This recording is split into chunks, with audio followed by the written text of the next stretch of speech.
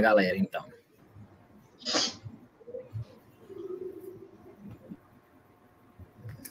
Olá, boa noite. Sejam bem-vindas todas as pessoas ao nosso primeiro webinar sobre medicina em debate, dessa vez trazendo óticas trans, debate extremamente pertinente, né, sobretudo nesses tempos em que as agendas da população transgênera têm se intensificado nesse processo de pandemia, de acordo com as medidas de contenção, né, envolvendo o isolamento social, que acabou agravando algumas situações que vulnerabilizam a população transgênera de modo geral.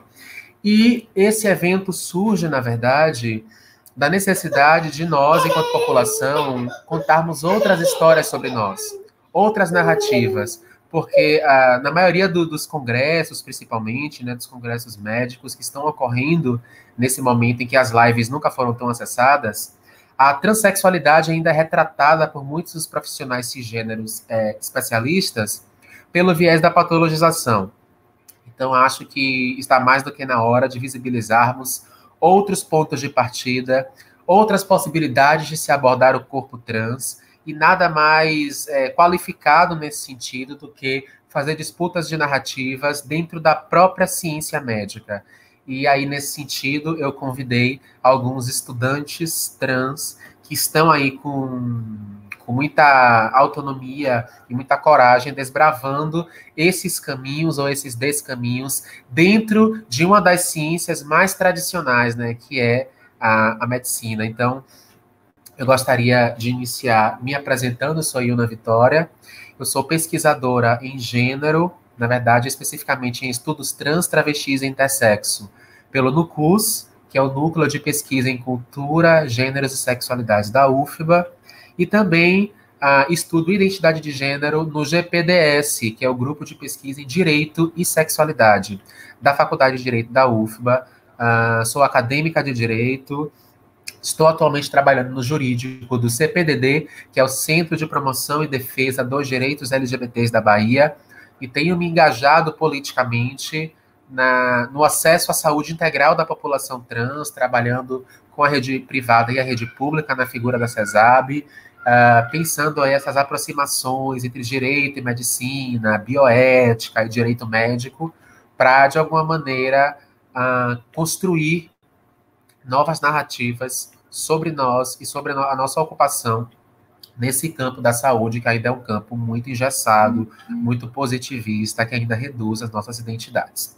Então, para começo de conversa, eu queria chamar aqui os nossos convidados, a nossa convidada, esses palestrantes fantásticos, assim, que tem muito a nos ensinar, tanto em suas trajetórias de vida, quanto pelos saberes, pelas epistemologias que têm provocado, enfim, dentro de seus campos de atuação. Então, gostaria de convidar o Silas para iniciar de alguma maneira essa discussão, entendendo que ninguém melhor do que a própria pessoa para se colocar e falar sobre si. Então, Silas, a palavra está contigo. Olá, como estão todos? Espero que bem e se cuidando, né? Espero que estejam todos bem. Meu nome é... Conseguem me ouvir bem? Tá tudo ok com o áudio para vocês? Tá. Agora sim, Silas. Tá me ouvindo bem agora? Sim. Meu nome então é Silas, sou Silas Lima, sou estudante de medicina aqui da Universidade Federal do Rio Grande do Sul, mineiro, já faz uns 3 anos que estou aqui no sul do país, atualmente fotógrafo, artista visual, gosto bastante do enfoque, retrata bastante, me interesso bastante pelo assunto de retratação de gênero, sexualidade e raça, e estamos aí para contribuir de alguma forma com o debate hoje e trazer, acho que, um novo olhar de nós por nós sobre matérias tão pertinentes, situações que nos abrangem, muito mais de um contexto apenas como pacientes, mas também de uma vivência dualística enquanto futuros profissionais de saúde, né, nesse sentido. E debater o quanto que é necessário a gente ter uma discussão muito mais ampla sobre o processo de saúde integralizado e o que já foi conquistado, o que precisa ainda muito ser melhorado nas nossas demandas e nas vivências que nos cabem, né?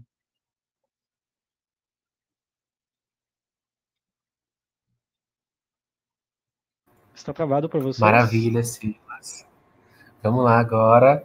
Theo Brandon, por favor. Bom, boa noite a todas as pessoas, né? Se estão me ouvindo direitinho aí, qualquer coisa vocês avisam, tá? Eu me chamo Theo Brandon, tenho 24 anos, sou formado em técnica em informática pelo Instituto Federal da Bahia. Atualmente, eu curso a graduação em medicina na Universidade do Estado da Bahia. Eu sou papai de Dionísio também, uma criança que eu gestei no ano passado. E compartilho muito disso que Silas traz, sabe, de interseccionalizar o debate, de justamente fazer o que a gente está propondo aqui no tema dessa palestra, que é possibilitar outras óticas no campo da medicina e no campo que a gente costuma atuar no geral, né? Silas mesmo falou que atua aí no audiovisual, eu imagino, e também ele trouxe que leva a questão de gênero, sexualidade e raça para lá. Então, a ideia desse debate é justamente isso, é a gente ampliar as questões de gênero e sexualidade para todos os lugares em que nós, pessoas trans, acessamos.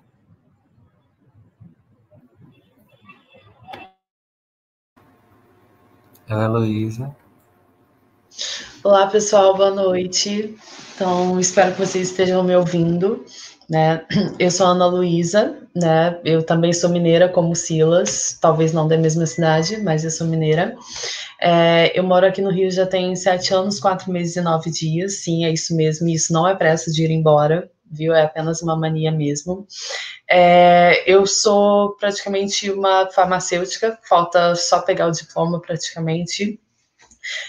Também sou acadêmica de medicina pela Universidade Federal do Rio de Janeiro, né? Eu participo de alguns projetos, um deles foi até divulgado, que é o BET, né, que é o projeto Brilhar e Transcender, que estuda possíveis interações medicamentosas entre TAV, que é terapia antirretroviral, no caso de mulheres trans soropositivas, e os hormônios, porque a gente ainda tem poucos estudos acerca deste assunto, né, e esse projeto é um dos que acontece lá na Fiocruz, né, a Fundação Oswaldo Cruz.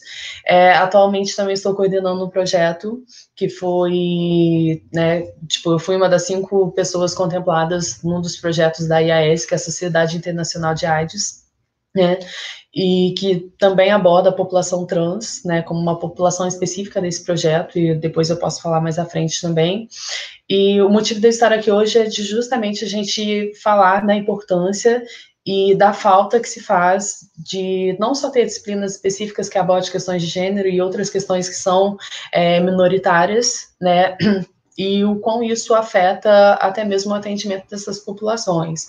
A gente hoje está lidando com diversos tipos de pessoas, mas a gente não está pensando no tipo de capacitação, de formação que as pessoas, não só da área médica, mas de todas as outras demais áreas, até porque a gente fala de uma equipe multiprofissional no atendimento da população trans, né, e que essas pessoas, infelizmente, não estão sendo devidamente qualificadas, né, então, agradeço a Iuna pelo convite da gente estar aqui hoje pautando, né, esse assunto que ainda precisa ser discutido mais e mais vezes, com não só as universidades, mas também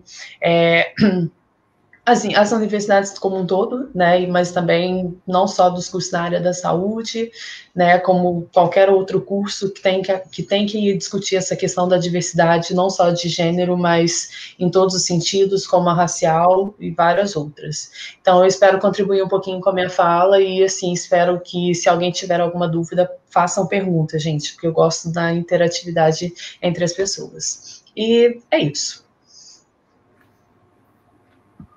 Vamos lá, maravilha.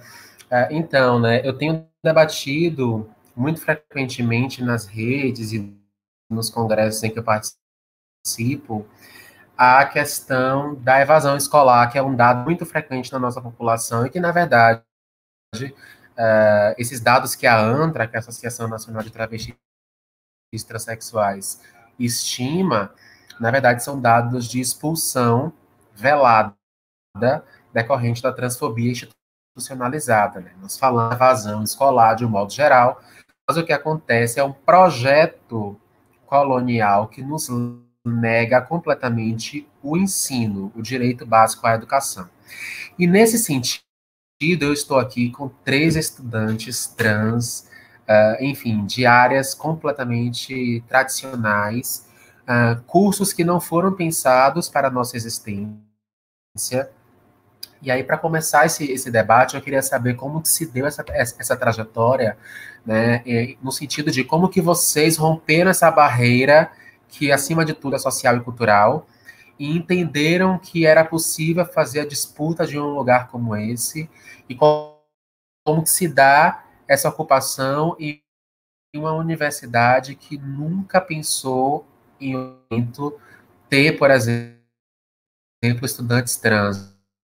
Quais tensionamentos vocês já provocaram até o momento nas faculdades de vocês e como que ha sido essa ocupação trans? Acho que a gente pode seguir.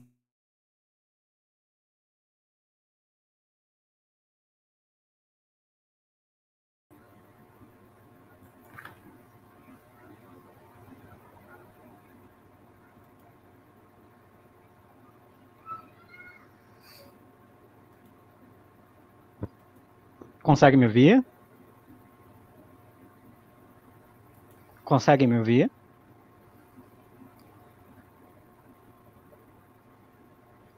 Yuna, acho que acabou travando um pouquinho no final. Tu pode repetir novamente? Repito, sim, com certeza.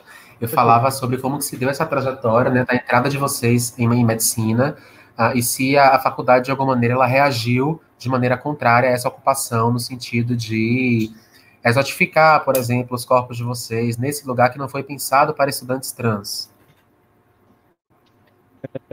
Bom, o que eu posso dizer sobre essa trajetória é que não muito incomum da grande maioria dos relatos que a gente costuma ouvir, que, claro, as situações são, em se tratando de corpos trans e de pessoas, né, então, de situações relacionais, como a gente se relaciona consigo mesmo, com a sociedade como um todo, realmente, de fato, algumas falas a gente consegue perceber que são geralmente recorrentes dos recortes que a gente ouve individualizados, né, sobre como se dá esse acesso ou como que um corpo trans consegue acessar esses espaços que geralmente, historicamente, não são pensados ou formulados para esse contexto, né?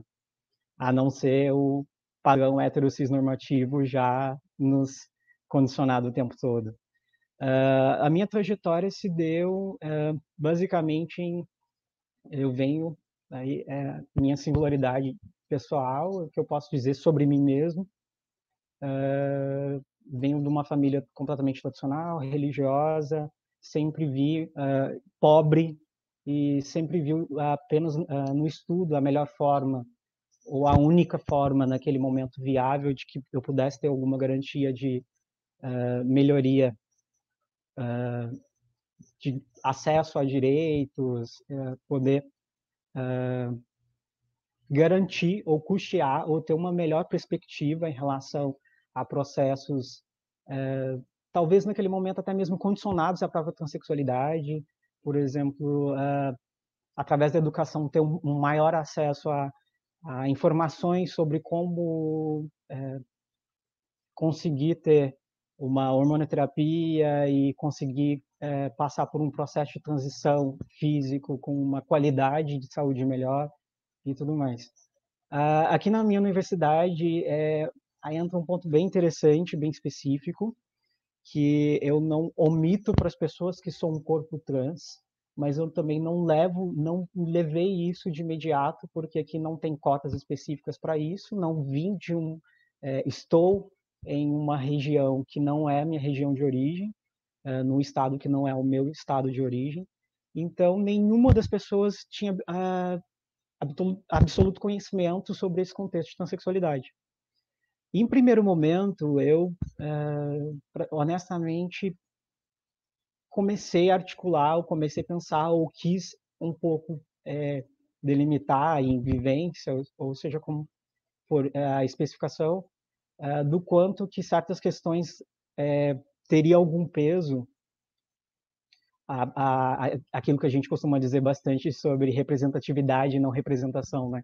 Muitas das vezes a gente se sente, nós nos sentimos representações de nós, mas não representatividade. A gente não se sente, não se enxerga naqueles espaços, né? Não se sente representado por quem está ali. E estando no estado também, que tem todo um contexto sociocultural relacionado também à raça, um estado completamente racista, que tem no seu hino do estado situações bem relevantes em relação à raça e tudo mais.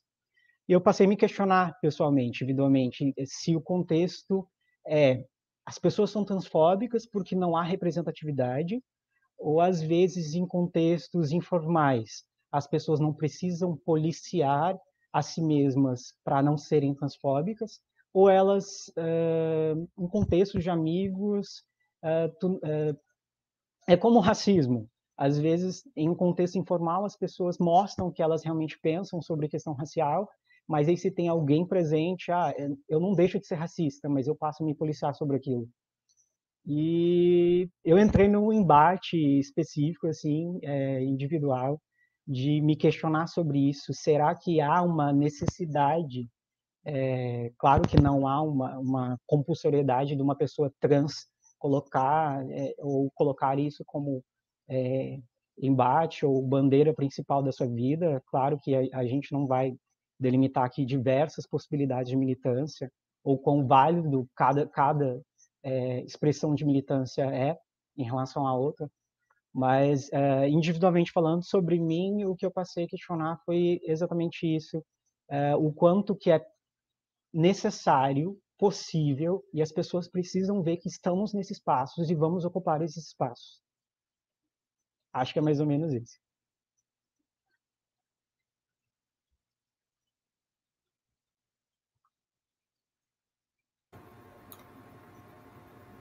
Perfeito, vamos lá, até o Brendo.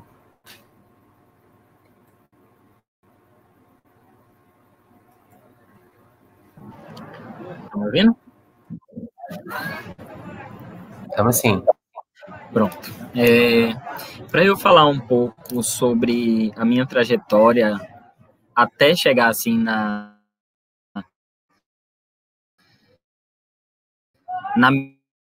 medicina em si, eu volto já até mesmo um pouco na minha infância, criado em hospitais, sabe?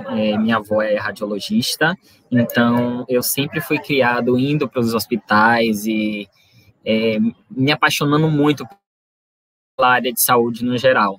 Só que a transfobia, enfim, que na época se manifestava de uma outra forma com a questão da minha sexualidade, por não ser algo muito receptível à minha família, me colocou numa situação de vulnerabilidade perante a eles, porque eles extremamente dogmáticos.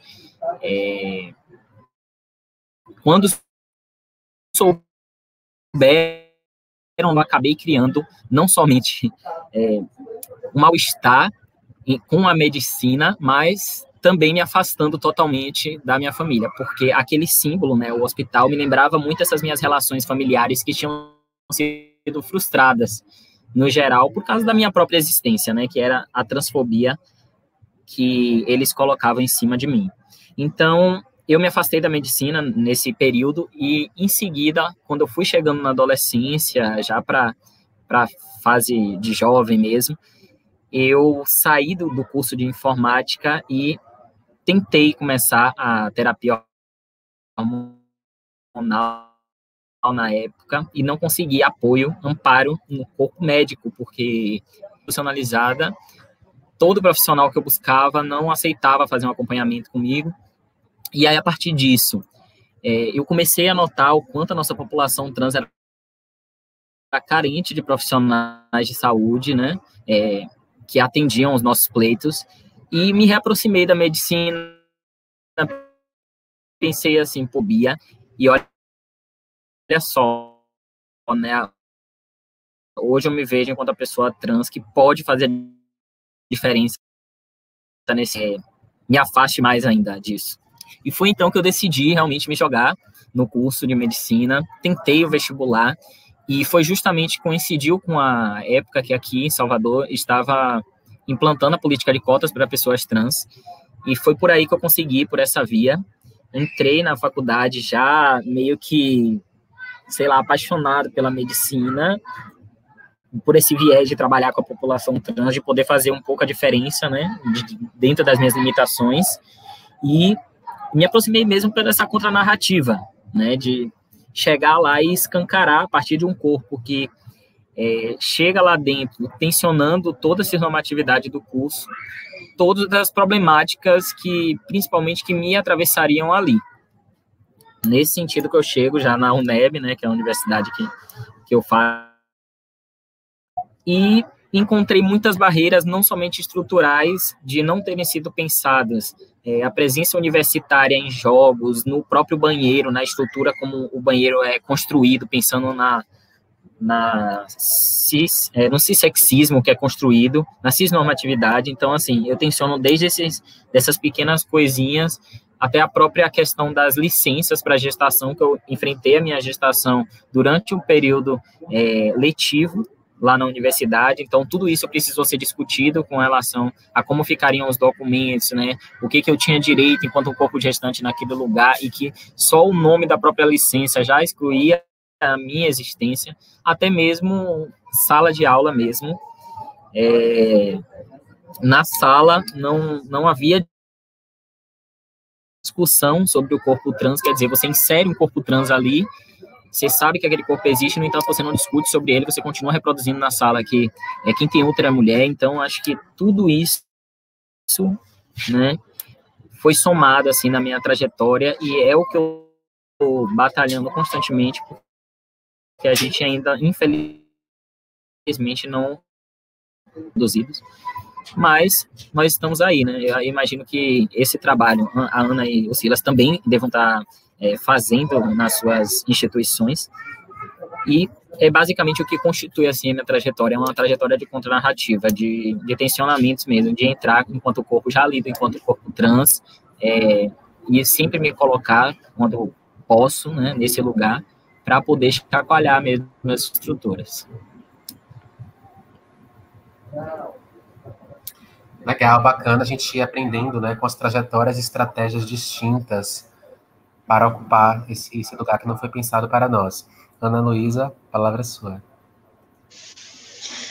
Bem, eu acho que a minha trajetória, ela meio que se parece e não parece ao mesmo tempo, com tanto a do Silas quanto a do Theo. Mas, para quem não me conhece direito, eu sou de uma cidade do interior, sou de Minas, né? Sou filha de empregada doméstica. Então, só por essas questões vocês já imaginam das dificuldades que foi de acessar uma universidade pública. Eu fui a primeira pessoa a entrar na universidade da minha família, e numa universidade pública, e eu fui a primeira ainda por cima a entrar no curso médico. Como eu falei, antes de ter iniciado a faculdade de medicina, eu fazia farmácia, né? Cheguei a trancar, entrei na medicina, tranquei a medicina para reabrir a farmácia, foi uma loucura, né? E estou aí nessa luta. O Silas tocou num ponto, o Theo depois também complementou, que a representatividade é algo muito importante que deve ser pautado, né? Porque quantas pessoas trans a gente vê dentro das universidades? Quantas pessoas trans a gente vê dentro do curso médico, né? São poucas pessoas ainda. E quando a gente fala disso, a gente está falando de uma questão que é de direito, nos é nosso de direito. Só que, infelizmente, na prática, a gente vê que isso não acontece. E quando a gente ainda faz uma classificação com base no gênero, porque um homem trans tem uma realidade totalmente diferente de uma mulher trans. Se a gente pegar os dados que, como a Yuna mesma disse, divulgados pela ANTRA, a gente vê que mais de 80% da população, no caso de mulheres trans travestis, passam pelo processo de evasão escolar muito cedo, justamente por não terem seu nome social respeitado, por não poderem usar o banheiro de acordo com o gênero ao qual se identificam, né? Não tem a sua identidade e até mesmo a sua orientação sexual respeitada. Então, esses fatores, infelizmente, acabam levando as pessoas a esse processo de evasão.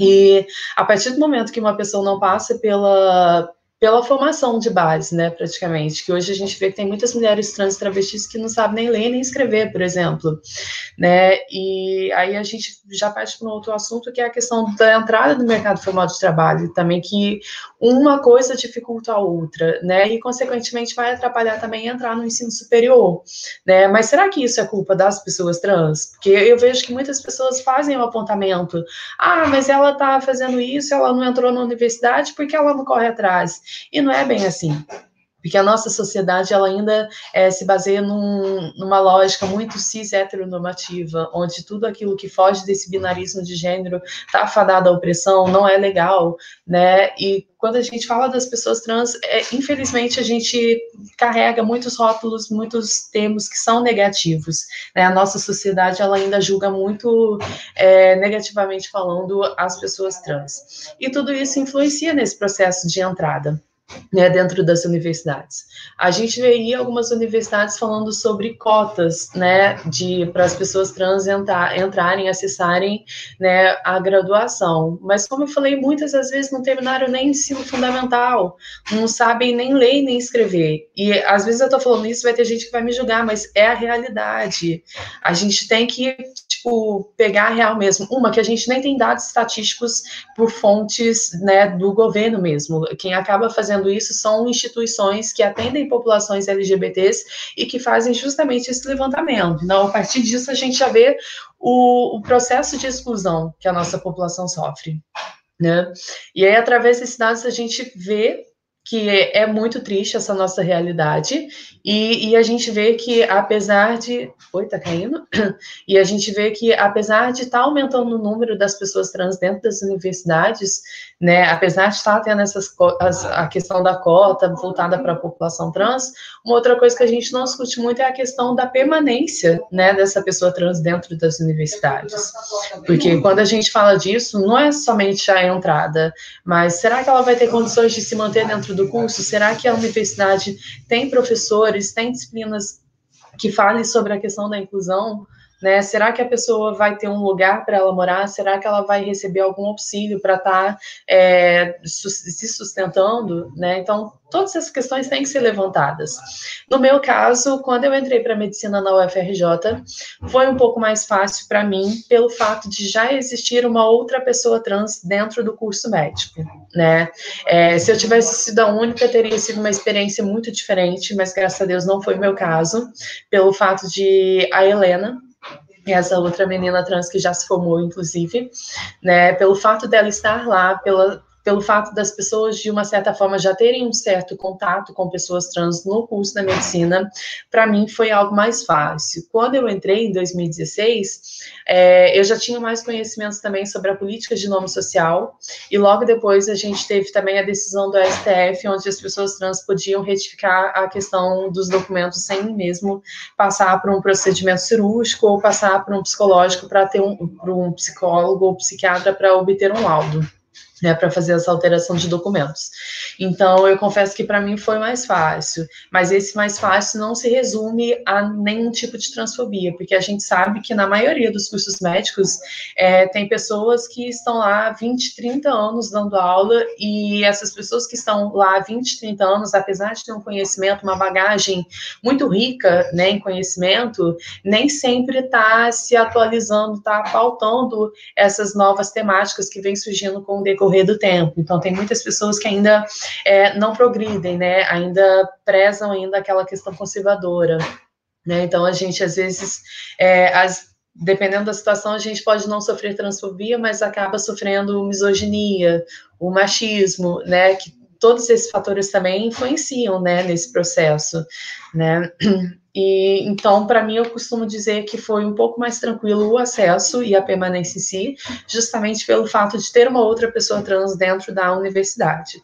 E eu acho que é importante ressaltar que quando eu entrei, a questão de nome social, quando eu fui solicitar, para mim, que era da área da saúde, que estava fazendo medicina, foi algo bem mais tranquilo de conseguir, Mas na mesma época eu tinha uma outra amiga trans que estava fazendo um outro curso da mesma universidade e ela infelizmente não estava conseguindo solicitar o nome social, estava tendo N burocracias. E aí, a partir disso, a gente levanta uma outra questão também, que é, por que que na medicina a gente consegue e nos outros cursos as pessoas também que têm esse direito não conseguem a questão do nome social? E aí a gente vê a questão do status que é, né, você carregar, falar que faz medicina e você falar que não faz um curso como a medicina, que você faz dança ou artes cênicas ou algum outro curso, né, que seja. Então, assim, mostrar também que, sabe, médicos não são deuses, né, eu acho que é importante ressaltar isso, que médico não sabe tudo, né, e cada um tem a sua individualidade, a sua singularidade, tem pessoas que são excelentes em outras áreas também, têm muito conhecimento, né, e a gente não pode fazer um apagamento dessas representatividades em todos os cursos em si. Então, eu acho que minha fala vai mais por aí. Eu acho que é importante também ressaltar que eu tinha toda uma rede de apoio no caso de qualquer imprevisto, qualquer acontecimento. Em 2015, eu dava aula de química num projeto chamado Prepara Enem. Não sei se vocês que estão aí do outro lado já ouviu falar, mas é um projeto voltado para a população LGBT, em especial pessoas travestis e transexuais, com o intuito de justamente capacitá-las e colocá-las dentro das universidades. E para aquelas que não queriam a universidade, mas queriam às vezes prestar um concurso público, ou até mesmo concluir o seu ensino fundamental / médio, né, o Prepara Enem, ele ajudava, dava todo esse auxílio em relação a essas questões. Então, eu tinha toda uma rede de apoio que estava disposta ali para me ajudar no que fosse preciso, caso acontecesse algum imprevisto, caso acontecesse qualquer divergência, caso eu não conseguisse, por exemplo, a questão do meu nome social. Então, eu tinha com quem contar. E você ter com quem contar num momento como esse, né, onde você está eufórica, meu Deus, passei para medicina, como vai ser o trote? Será que vai ter trote? Será que vão respeitar a minha identidade de gênero? Será que eu vou poder usar o banheiro no qual eu me identifico? Será que as pessoas vão me respeitar? Será que... Como vai ser? Né? Então, era um turbilhão de pensamentos, de ideias, mas, ao mesmo tempo, aquele desespero, aquela ansiedade por ter conquistado aquela tão sonhada vaga. Né? Então, eu costumo dizer que foi mais ou menos isso. Depois, se alguém tiver alguma pergunta em específico, é isso.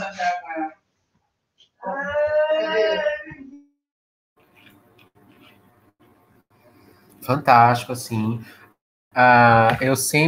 Eu tô tendo esse contato maior agora com os estudantes de medicina, porque a convite da professora Camila Vasconcelos, da Faculdade de Medicina da UFBA, eu tenho ministrado todo semestre uma aula, junto com o Theo, inclusive, e uma outra pessoa trans, amiga nossa, sobre transgeneridade, mas na disciplina de bioética, que é o eixo humanitário do curso.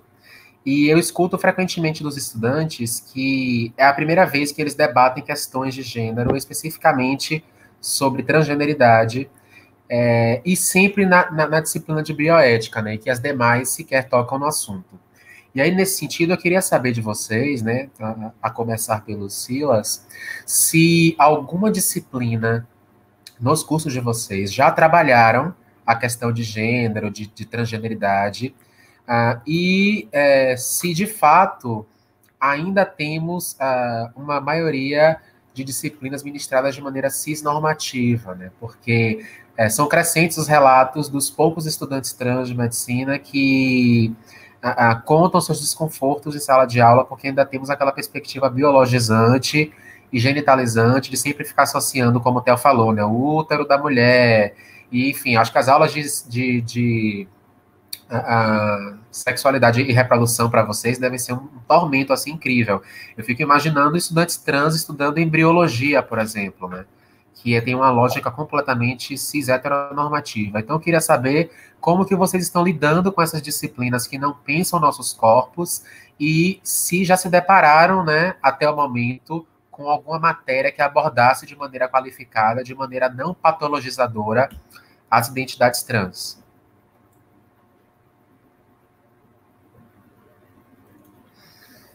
Olha, para responder essa pergunta, eu acho que responde bem respondendo honestamente essa pergunta, qual matéria que foi pensada para corpos além de uma visão heterocis normativa? Na minha faculdade, nenhuma.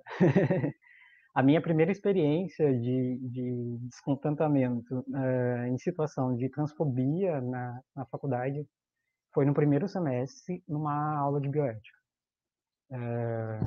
O que era para ser uma aula de explanação sobre contexto de código de ética, código de conduta, novo código de conduta adotado pelo Hospital de Clínicas aqui em Porto Alegre, foi uma aula do que não fazer. Assim.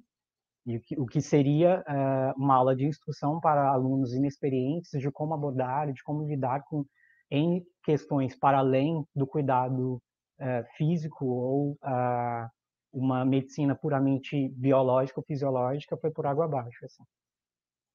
Mas se a gente pensar que historicamente a medicina moderna ela sempre tratou essas sempre tendeu a patologizar, né, situações ou modelos de expressão de gênero ou de sexualidade que não se enquadrem dentro do contexto hetero-cis normativo.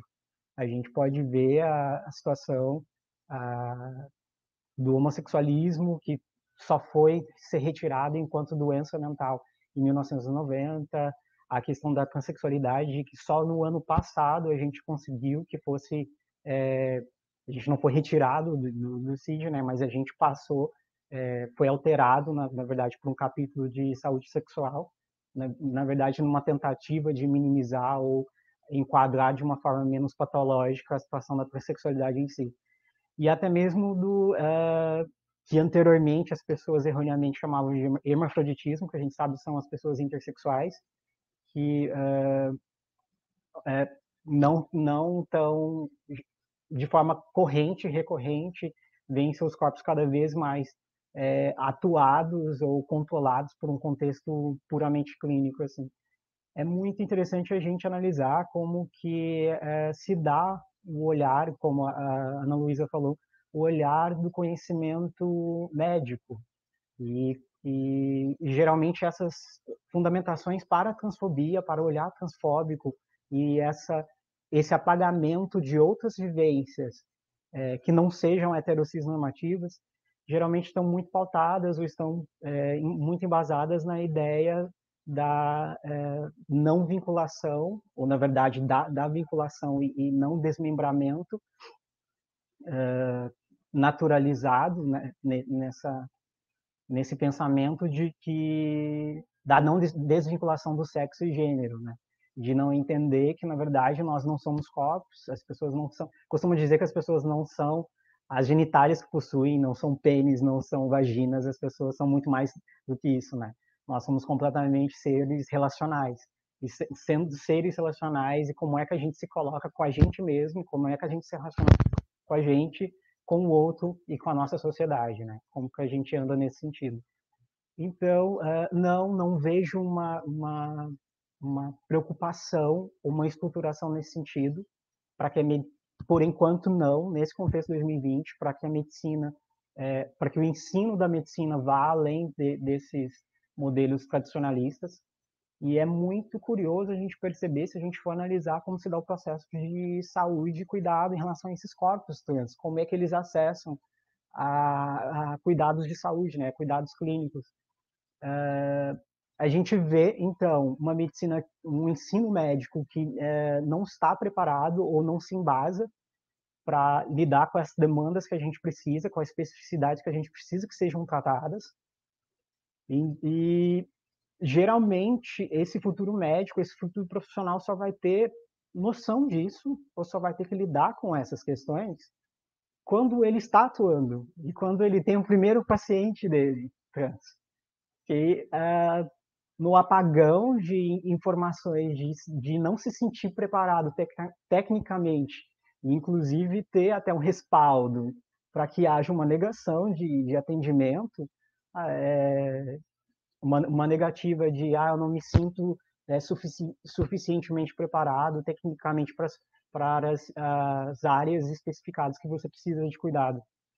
E a gente pensar como que há toda uma estrutura que não é pensada, ou é pensada apenas nessa lógica cis, e como é que esses corpos se colocam, como é que esses corpos acessam a esse cuidado, ou na prática, no papel, a gente tem começado a ter esses direitos assegurados, mas na prática, quando tu precisa de um acesso à saúde, quando tu precisa de um acesso a cuidado, não é essa a realidade que a gente vê. E enquanto futuros profissionais, é exatamente a reprodução disso, dessa dificuldade e dessa população, e nessa dualidade que a gente tem enquanto vistos, enquanto pacientes, enquanto futuros profissionais, que isso fica cada vez mais evidente, assim, de forma prática para a gente, né?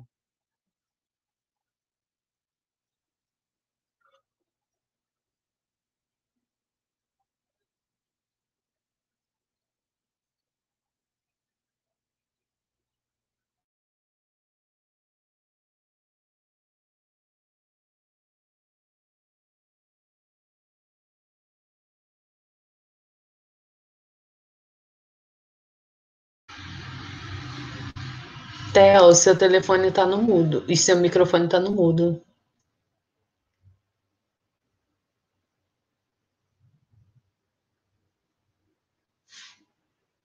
Tá mudo aqui.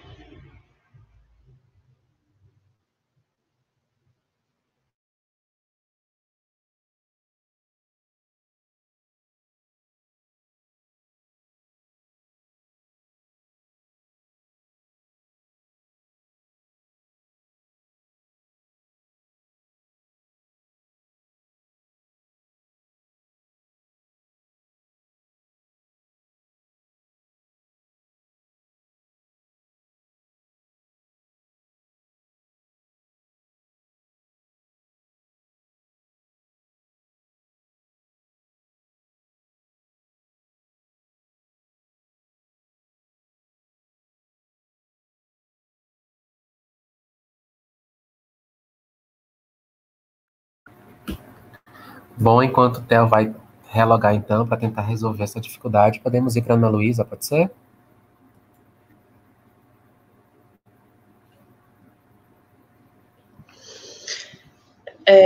Bem, vamos lá. Como o Silas mesmo disse, eu acho que eu também cheguei a comentar, a gente não tem disciplinas específicas que abordem questões de gênero e que abordem também outras questões que falam sobre minorias, né? E eu costumo dizer que ter uma disciplina específica não vai ser a solução, não vai resolver o problema. Até porque assuntos como esse e outros, né, quando a gente fala de populações, a gente tem que, de uma certa forma, naturalizá-los, né? Nas aulas de, por exemplo, de anatomia, quando a gente vai falar sobre o sistema reprodutor, não pensar em masculino somente aquele corpo que tem o pênis e não pensar em feminino somente aquele corpo que tem vagina, mas pensar de uma forma geral em pessoas com vagina e pessoas com pênis, porque a partir do momento que eu falo pessoas com pênis, pode ser um homem, pode ser uma mulher, é uma pessoa e que tem um pênis. Da mesma forma, a pessoa que vai ter a vagina, né? Porque a partir do momento que eu levo, que eu falo também numa lógica binária, as pessoas, elas automaticamente, bem, elas já levam, né, em consideração essa questão do binarismo, então já pensam e já associam que o homem é quem tem o pênis e a mulher é quem tem a vagina. E não é bem assim, a gente tem que justamente desconstruir essa lógica cis heteronormativa centrada ainda, né, nesse binarismo. Então, assim, a gente não tem disciplinas específicas, está longe também de acontecer, espero que um dia aconteça, né, mas eu não vejo uma disciplina que, tipo, às vezes seja de forma obrigatória, né, que vai resolver a solução. De uma certa forma, a gente vai estar trabalhando a chamada inclusão, mas isso não seria a resolução para os problemas. Hoje, o que a gente vê, pelo menos assim na UFRJ, e o que eu vejo também em algumas outras universidades, é que as ligas acadêmicas, né, presentes nos cursos em si, é que estão pautando determinados assuntos que a gente não tem no currículo, na grade curricular da medicina, né, e de outros cursos também da área da saúde. Então, aquilo que a gente chama de currículo oculto, né, praticamente, é onde a gente acaba trazendo para dentro das universidades alguns assuntos que a gente debate. É pouco tempo, mas querendo ou não, de uma certa forma, está sendo discutido, está sendo debatido. Então, as pessoas hoje em dia, elas estão procurando saber mais sobre essas questões, até porque são elas lá na frente que vão justamente atender ou não uma pessoa trans, e aí, quando isso acontecer, como vai lidar? O que vai fazer? Né? Então, é importante a gente ressaltar, sim, sobre isso. Na UFRJ, a gente conseguiu, em mais de 8.000 horas que a gente tem no curso médico, uma atividade, né, que é obrigatória dentro do internato de saúde mental e medicina de família. É uma atividade que tem uma duração de 4 horas, é onde a gente debate um pouquinho sobre as políticas públicas existentes para a população LGBT e como se dá o atendimento de uma forma humanizada e acolhedora de fato, onde a gente não só engloba essas questões de gênero, mas a gente também discute a importância das práticas sexuais, que é uma outra questão que deve ser pautada e não deve ser julgada, né? Que hoje muitas pessoas, às vezes, ainda têm uns julgamentos morais e que no atendimento em si isso acaba prejudicando, até mesmo no fechamento de um possível diagnóstico. Então, assim, a gente precisa, de fato, de ter disciplinas, a gente precisa fazer com que os alunos discutam mais esses assuntos, e não é tipo, eu sei que tem essa questão do lugar de fala, mas se eu não tiver uma pessoa trans ali naquele momento, eu não vou falar. Né, faça um convite para pessoas trans, né, que é importante ressaltar essa questão do lugar de fala, pessoas trans falando de suas vivências, de suas experiências, que promovam debates, que promovam cutucamentos, que a gente tem que levar isso e mostrar que pessoas trans existem, que pessoas trans têm direito e que a gente precisa falar sobre, porque se a gente não fala sobre, a gente está invisibilizando ainda mais essas populações, né, e não só trans, como várias outras, viu, gente, que eu tô falando. Então, a gente precisa levar esse assunto mais à tona, só que, igual eu falei, não vai ser uma disciplina específica que vai resolver a situação. A gente tem que ir, de uma certa forma, naturalizando isso no nosso dia a dia, né? Esquecer um pouco dessa questão de que homem é quem tem pênis e mulher é quem tem vagina, e pessoas com pênis, pessoas com vagina. Estamos na aula de ginecologia e obstetrícia, pensar também na possibilidade de que um homem trans, ele pode sim gestar, uma mulher trans também, mesmo que não seja operada, ela pode sim amamentar. Então, assim, são questões como essa que a gente tem que levar à tona e que a gente tem que debater, porque se a gente não discute essas questões, infelizmente, a gente vai estar formando que tipo de profissional? Né? Eu não quero ser uma futura profissional daquelas, sabe, que tem, eu esqueci como se dá o nome, para aqueles burros que ficam com umas viseiras aqui praticamente, que só olha para frente, não expande os horizontes. Eu não quero ser esse tipo de profissional, né? A gente tem que expandir, a gente tem que saber falar um pouquinho sobre tudo, e a gente, mesmo que não saiba, a gente tem que correr atrás, a gente tem que se capacitar, a gente tem que buscar informações, né? Então, mas aí falando nessa questão, infelizmente a gente não tem essas disciplinas específicas, há muita coisa que precisa ser mudada, mas conforme o tempo vai passando, o tempo vai mudando, as universidades, os alunos, as questões estão mudando também, né? A gente está começando a trazer à tona justamente essas pautas. Quando eu entrei na UFRJ em 2016, né, foi o boom praticamente, porque a gente teve um caso de uma mulher trans que estava internada, né, no nosso hospital universitário, e essa mulher trans, ela infelizmente estava internada numa enfermaria masculina, que ainda é um problema que a gente, né, em determinados hospitais ainda acontece, né? Era uma mulher trans que ainda não tinha seus documentos retificados, mas era uma pessoa, de uma certa forma, já conhecida no hospital, e que, à beira da morte, ela infelizmente disse que ela já sabia que, né, estava para falecer, porque o quadro clínico dela não era um dos melhores, mas o que ela deixou claro foi que o que magoava muito ela era justamente não ter o seu nome social respeitado, a sua identidade de gênero também não era respeitada, né, e justamente ser internada, ser colocada numa enfermaria masculina. Então, assim, falar sobre esses pequenos detalhes, né, e o quão eles afetam positivamente ou negativamente, nesse caso, muito negativamente, no processo de saúde e doença das pessoas trans, né? São pequenas mínimos detalhes mesmo que fazem muita diferença, né? A ANTRA também recentemente divulgou um dado falando sobre o suicídio de pessoas trans, né? E assim, é muito grande. E saiu um estudo uma vez falando que geralmente muitas pessoas trans, às vezes, elas cometem suicídio justamente por essa falta de respeito, não só à identidade, mas pela questão dos pronomes, porque às vezes tem pessoas que respeitam a questão do seu nome social, que respeitam a sua identidade de gênero, mas está falando com uma mulher trans e tratando a mulher trans no masculino, né, com o uso dos pronomes. Então, assim, são mínimos detalhes, pequenos detalhes mesmo que fazem muita diferença e que, de fato, pode acarretar um sofrimento mental muito grande e que a gente não discute, né? E quando a gente discute, né, a questão trans dentro da saúde mental, dentro da psiquiatria, a gente ainda tem esse viés patologizante, porque muitos profissionais ainda acham que a mulher trans é aquele homem afeminado que quer virar mulher, uma que ninguém vira mulher, ninguém vira homem, né? Não é simplesmente cheguei aqui, oi gente, sou a Ana Luísa, virei, oi gente, sou o Luiz. Não é assim que as coisas funcionam. E assim, o Silas pautou um assunto muito importante que, apesar da homossexualidade ter deixado de ser uma doença na década de 90, né, a transexualidade, ela ainda era vista, tida quanto uma patologia mental, né, era conhecido como transtorno de identidade de gênero, ou popularmente falando transexualismo, mas a gente teve recentemente também uma vitória que para a questão do CID-11, né, que só vai estar sendo válida a partir de 2022, né, que a transexualidade ela vai continuar tendo um CID, até porque tudo a gente precisa de um CID, porque a psiquiatria ela tem essa mania de categorização e a gente precisa disso também para justamente ter um levantamento de dados e estatísticos epidemiológicos, né? Então, através disso, a gente deixou de ser considerado enquanto doentes, né, enquanto algo patológico.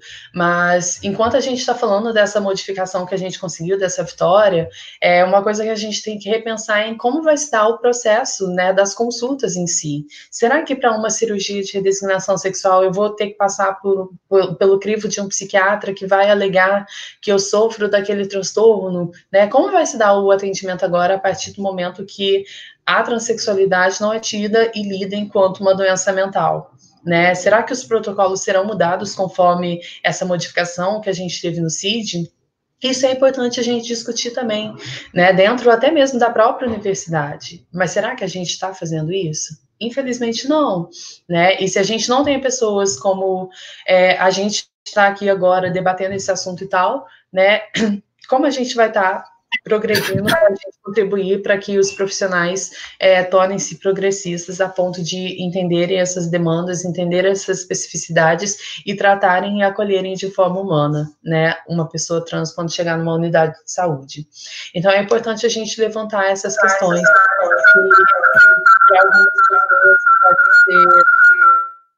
para algumas pessoas podem ser coisas bobas, coisas pequenas, coisas inúteis, mas que para a gente faz uma grande diferença. É isso. Maravilha, até a já tá por aqui. Só, enfim, né? Enquanto Deus prepara, agradecer essas análises de vocês, porque, como eu disse no curso de divulgação dessa live, que inclusive ela seria transmitida pelo YouTube, exclusivamente pelo canal do PT de Todas as Lutas, que tem uma certa visibilidade, né? No entanto, por questões tecnológicas, tivemos algumas intercorrências, ela está sendo transmitida pelo Facebook, mas só avisar o pessoal, que inclusive me perguntaram no privado se vai ficar disponível tanto no Facebook, como posteriormente faremos download e disponibilizaremos no canal do PT de Todas as Lutas. Então, sim, a gente vai difundir esse debate, e que bacana que isso está ocorrendo, porque a medicina fabrica constantemente especialistas em transexualidade, que sequer dialogam com os estudos de gênero, né? São médicos completamente distantes do que os pensadores trans estão articulando, e por conta desse distanciamento epistemológico com as nossas produções, diversas violências são reproduzidas para começo de conversa na própria linguagem, né? Ditos especialistas utilizam ainda deslegitimando nossa identidade por um viés biológico. Então, reforçar a importância desse momento, dessas falas que ultrapassam o limite do mero depoimento e da experiência de vida e, de fato, disputam narrativas nessa ciência que por muito tempo se vendeu como neutra, mas que a gente sabe que é uma ciência cisgênera, branca e heterossexual. Theo Brandon, contigo.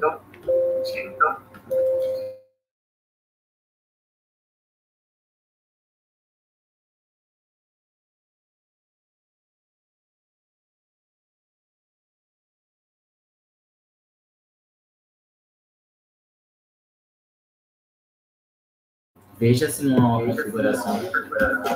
Theo, continuamos sem te ouvir.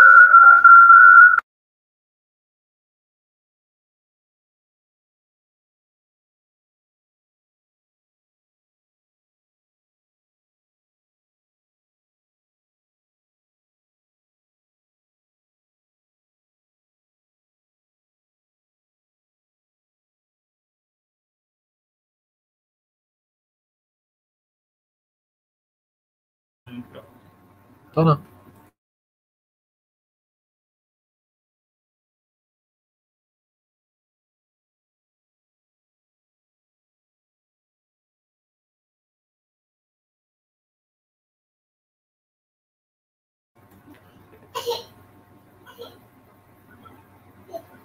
Prontinho. Agora estão me ouvindo, né?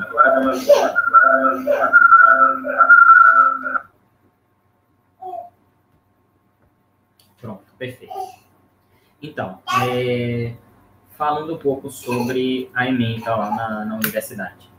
Não, eu não vejo a transgeneridade sendo discutida. E quando eu falo em termos de discussão, não estou dizendo assim, não é que a gente não tenha uma matéria específica ou uma aula específica que aborde a questão da transgeneridade. Porque isso a gente tem. Pelo menos na minha ementa, a gente tem uma disciplina sobre gênero e sexualidade no currículo da gente. No entanto, é uma disciplina específica que a gente pega, sei lá no 5º, 6º semestre, e que fala sobre isso. E não é isso, exatamente isso que a gente precisa, né? Quando a gente fala sobre discutir a transgeneridade, é tal como a gente discute, por exemplo, a velhice. E aí eu trago um exemplo de uma disciplina que eu peguei e que nós abordamos um tópico sobre transgeneridade, que foi a disciplina de antropologia. Eu peguei a antropologia médica e a disciplina era dividida em seminários. Desses seminários tinha, por exemplo, um seminário para a gente abordar a velhice, outro seminário para a gente abordar a religiosidade e o outro seminário para abordar gênero e sexualidade, sabe? Essa divisão, eu acredito, claro que é importante, porque pelo menos a gente está trazendo isso para a pauta, mas eu acredito que mais interessante ainda seria se, por exemplo, a gente abordasse a velhice e aí dentro da velhice a gente falasse, por exemplo, da velhice de pessoas trans, né? Falar sobre religiosidade. Quantas pessoas trans nós temos aí que também são religiosas? Né? Para que existir essa dicotomia? Então, quando a gente fala sobre discutir a transgeneridade no currículo, na ementa de medicina, não é pautando apenas, né? Eu digo apenas porque isso é importante, eu volto a trazer, numa disciplina específica, numa carga horária específica, mas interseccionalizar mesmo, sabe? O que a transgeneridade tem nesse tópico aqui, porque eu tenho certeza que nós estamos ocupando esses diversos espaços, sabe? Nós estamos envelhecendo, nós temos problemas de saúde, como pessoas cis têm, né? Vai ter sua especificidade, e aí nessa especificidade a gente aborda as questões da transição, sei lá, de hormônio, de coisas que aquela população vai precisar especificamente, né? Trabalhar. Mas, no geral, o que eu vejo é muito essa segregação, assim, de dizer, na minha matéria de antropologia mesmo, aconteceu algo que evidenciou muito isso. A professora, ela, na hora que estava falando sobre a velhice, eu fiz uma intervenção na aula e falei, inclusive, já que a gente está falando sobre velhice, a expectativa de vida das pessoas trans, e aí, larga textão, né, comecei a falar sobre o recorte da população trans na velhice, e aí ela ouviu, né, todo mundo ouviu, achou interessante a pontuação que eu fiz, mas parou e falou assim, não, mas, Theo, mas eu sei que a pontuação é importante, mas guarda isso, porque a gente tem um seminário de sexualidade e gênero na semana que vem. Então, assim, é para a gente perceber o quanto que as nossas pautas, elas, nesse negócio, né, de, vamos colocar uma matéria sobre isso, uma semana, uma hora sobre isso, também serve como segregação das nossas pautas, sabe? De não pensar elas como algo interseccional. E aí desobriga a todos os profissionais a conhecerem as pessoas trans, né? A trabalharem com a integralidade dessas pessoas. De colocar para a pessoa trans que está gestando, por exemplo, passar por esse processo de gestação junto no ambulatório trans, sabe?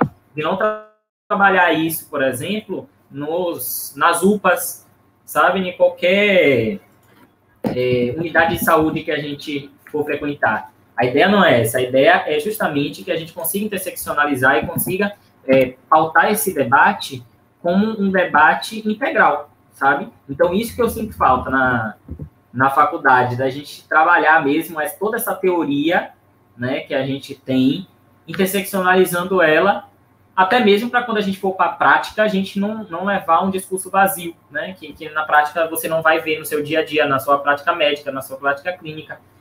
E aí, nesse sentido, eu trago também algumas violências que eu passei particularmente na universidade, que eu acho que a gente precisa mudar, é de pressupor que o corpo que está ali é um corpo cisgênero, né?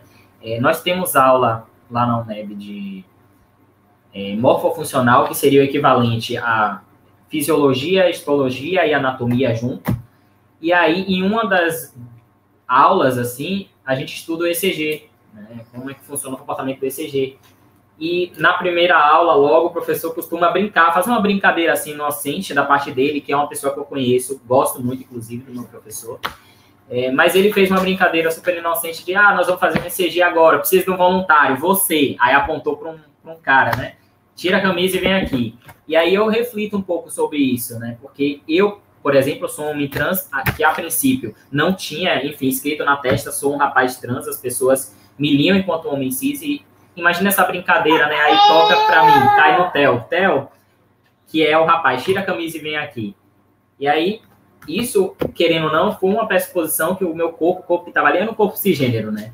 Porque se eu tiro a camisa ali, o que ele vai ver não é o que ele está esperando e, consequentemente, eu posso passar por um constrangimento, inclusive se eu me negasse. Se eu me negasse a participar, porque ia instaurar aquela dúvida no ar, né? Nossa, até por que ele não está participando, né? Por que ele se negou?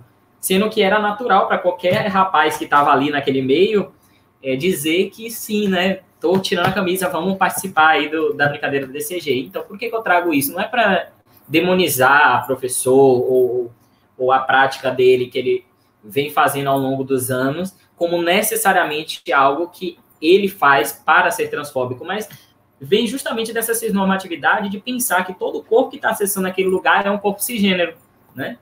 É um corpo que você pode fazer essa brincadeira sem ser invasivo.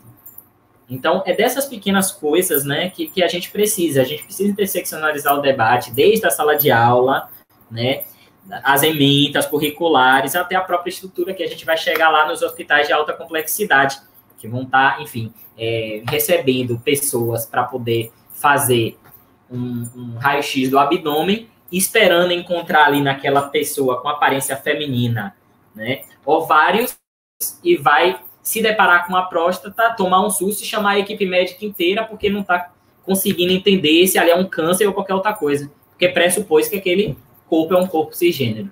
Então, acho que é basicamente isso que eu trago assim, para a gente refletir em qual a importância, né, de termos nossos corpos trans, sabe, Ana, sabe, Silas, enquanto representatividade lá, porque muitas vezes, no caso desse meu professor, por exemplo, que é uma pessoa extremamente legal, não percebe que esse tipo de brincadeira, esse tipo de didática para aula não compete quando se tem corpos trans naquele ambiente. Acho que é basicamente isso.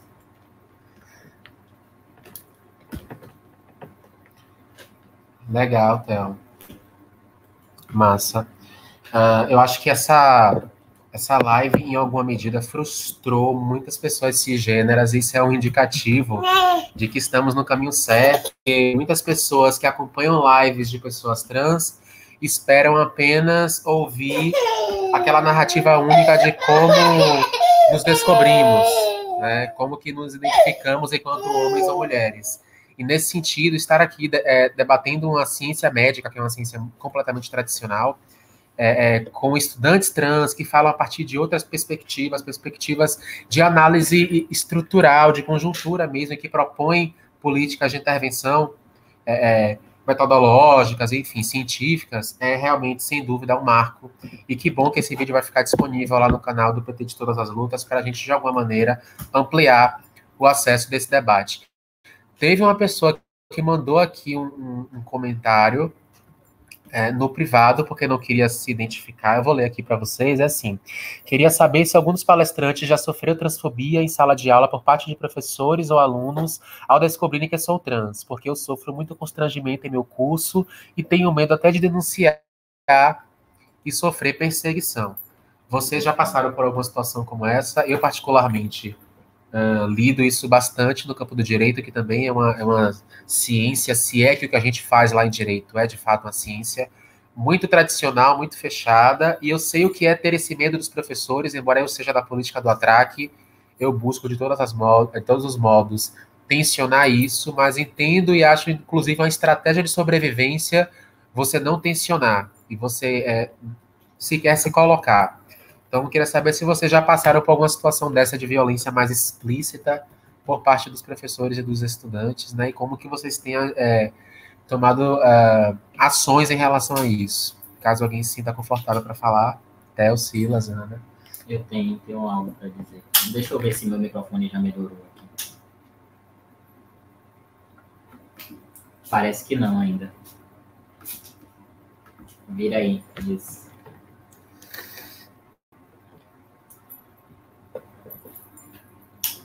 Bom,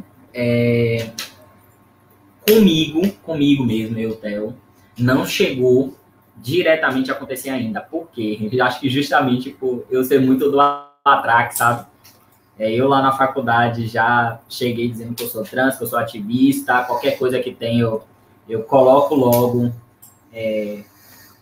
sei lá, na boca no trombone mesmo, não tenho medo, falo. Enquanto eu estiver certo, assim, da situação, se eu estiver observando que o meu direito está sendo ferido, eu vou abrir o bocão. Então, comigo diretamente não rolou. No entanto, eu divido a UNEB com mais pessoas trans, né? Não, entram 2 pessoas trans, isso falando especificamente pela questão das cotas, mais pessoas trans que entram para além de política, mas assim, diretamente entram 2 pessoas trans por semestre, e eu já ouvi relatos de um outro rapaz próximo a mim, muito próximo a mim, de uma transfobia que ele passou, e que foi justamente com relação ao nome, ao respeito do nome dele, que ele utiliza um nome social. Eu já sou retificado, acho que até por isso também eu pulei um pouco dessa etapa do preconceito com a questão do nome social, mas ele que utiliza disse que passou por isso uma vez, e foi justamente com uma professora que não discute justamente as questões de ética na universidade, que não respeitou o nome dele no momento, colocou o nome que estava com a lista antiga, sendo que a lista atualizada já tinha lá, né? Enfim, acabou tratando isso como se fosse mais um mero de sabor cotidiano da relação dela com ele, como professora com ele. Então, meio que desdenhou um pouco dessa pauta também para ele. E eu entendo muito essa pessoa que perguntou, porque quando eu conversei com esse rapaz sobre isso, eu falei, você tem ciência que isso aí é uma transfobia, a gente pode reportar o colegiado, né? Inclusive, eu acho que você vai ser bem recebido lá no colegiado, porque a pessoa que estava à frente é uma pessoa que eu ando discutindo muito as questões trans, e ele falou na hora, ele falou, pô, mas é uma pessoa que vai dar aula pra gente de novo, né? Vai dar aula daqui a tantos semestres pra gente de novo. E aí o meu receio é justamente esse, como é que eu vou chegar, né, e colocar essa professora no mundo, assim, como transfóbica, para depois eu receber retaliação, porque infelizmente é assim, né? Nós temos aulas com os mesmos professores ao longo do curso e de matérias diferentes, né? Os que nos coloca numa situação complicada em caso de denúncias como essas, né? E de medo mesmo da autoridade desses profissionais diante da gente, que somos meros estudantes, sabe? até porque a transfobia, eu costumo dizer, a gente costuma dizer que a transfobia está para além do bem e do mal, né? Normalmente, essas pessoas são pessoas queridíssimas, né, no meio de lá da instituição. Ah, mas eu não acredito que tal pessoa falou isso com você. É uma pessoa maravilhosa, certo? É uma pessoa maravilhosa, mas é uma pessoa transfóbica, né? Apesar de ser maravilhosa, cometeu uma transfobia, né? Porque a transfobia é isso. É você tirar o direito, a dignidade daquela pessoa sem respeitá-la, porque, gente, é simples. Se ela cometeu isso com intenção ou não, e aí uma do direito, ela vai poder dizer melhor isso, é culposo, é doloso, mas fez, né? Fez. Então, nós temos muita dificuldade também para poder denunciar, só que o que eu faço é assim, ainda que eu não vá numa instância maior para fazer essa denúncia, eu procuro conversar com os professores, né? Na individualidade ali, chamar o professor e bater um papo. Porque, minimamente, eu vou levar a reflexão para o profissional. No meu caso, quando eu digo que eu não sofri transfobia, né, diretamente, é justamente com essa situação, que alguém chegar para mim e falar, né, isso ou aquilo.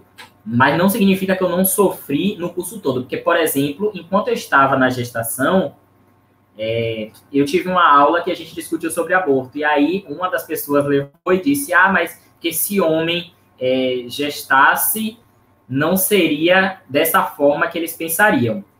Isso, por exemplo, é uma transfobia, porque havia um corpo de um homem ali dentro, gestando, né, e aquilo foi dito. Então, eu sofri, só que eu não trago, né, isso para cá, porque o que essa menina está colocando, ou esse rapaz está colocando, é algo específico, né, da violência direta. Então, como a menina falou, sem a intenção, né, de falar diretamente para mim, ela estava falando sobre um tópico, algo que ela pensava, de acordo com os preconceitos que ela tinha, por isso que eu não trouxe, só para dar uma contextualizada, tá, gente? Para a gente não pensar que transfobia é só isso, né, para ampliar a nossa visão sobre o que é transfobia.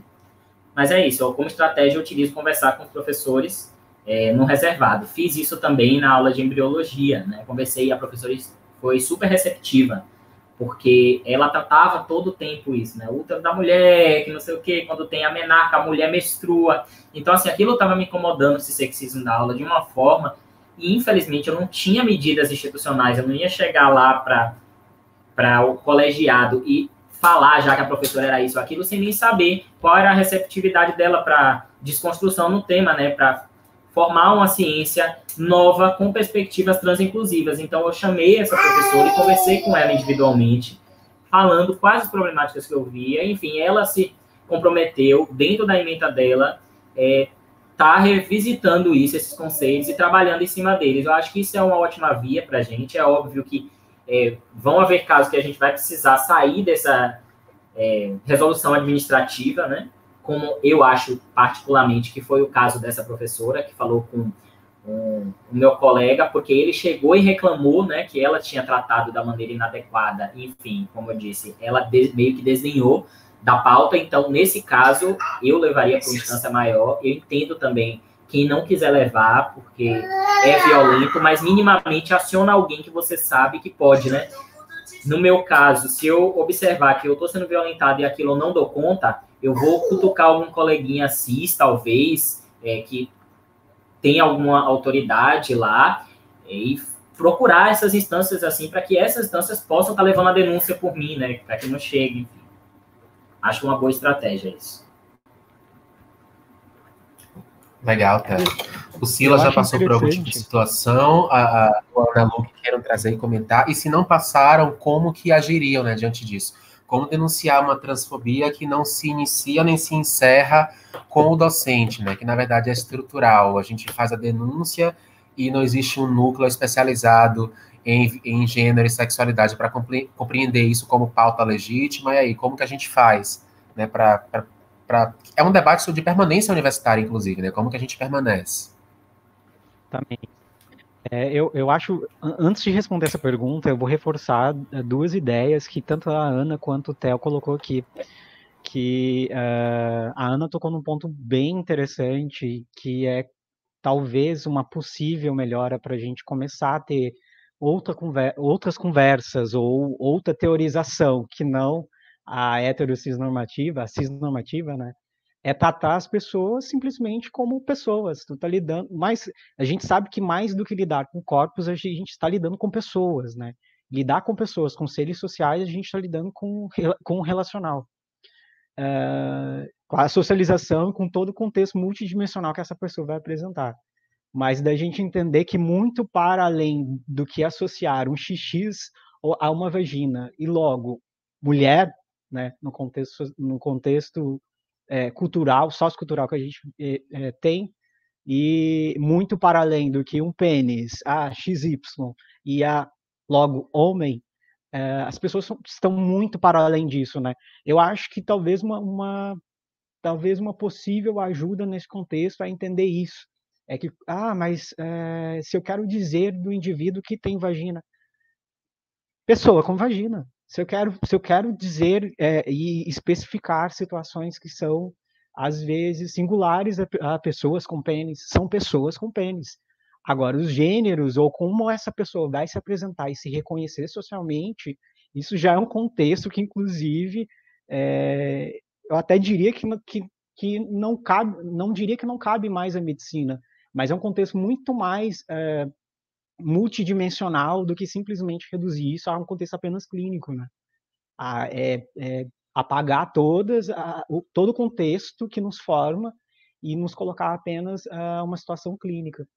E outra coisa bem interessante que, ouvindo os relatos do Theo, é imaginar como que, em toda essa estrutura que nos segmenta, que nos apaga, e quando nos traz, nos coloca em recortes apresentados apenas no contexto do gênero, ou da subversão do gênero, né, da incongruência do gênero, que agora é o termo usado,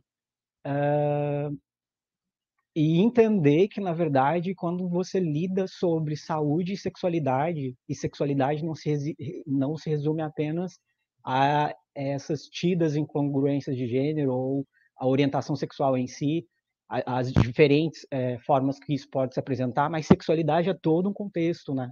A gente parar para pensar, por exemplo, sexualidade, saúde sexual de uma pessoa cis na velhice, saúde sexual de uma pessoa trans na velhice, como é que isso se dá?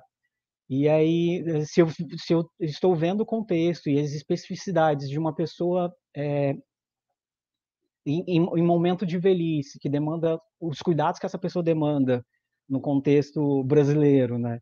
E não trazer também recortes de pessoa trans e aproximar isso, e não só colocar apenas quando vai ser tratado sobre gênero, aí a gente está lidando, reforçando aquelas ideias que é o que a Luísa quis dizer também, colocou muito bom pontuado, que não adianta e não vai ser apenas a criação de uma cadeira específica que vai salvar ou vai colocar esse profissional mais próximo, né, da realidade que essas pessoas precisam de cuidados, né.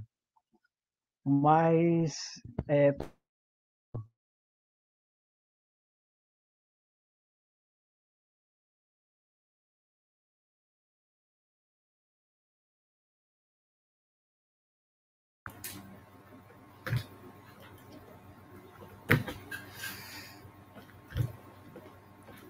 Acho que o Silas caiu.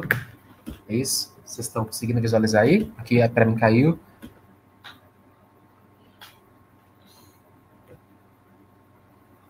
Acho que a conexão dele caiu.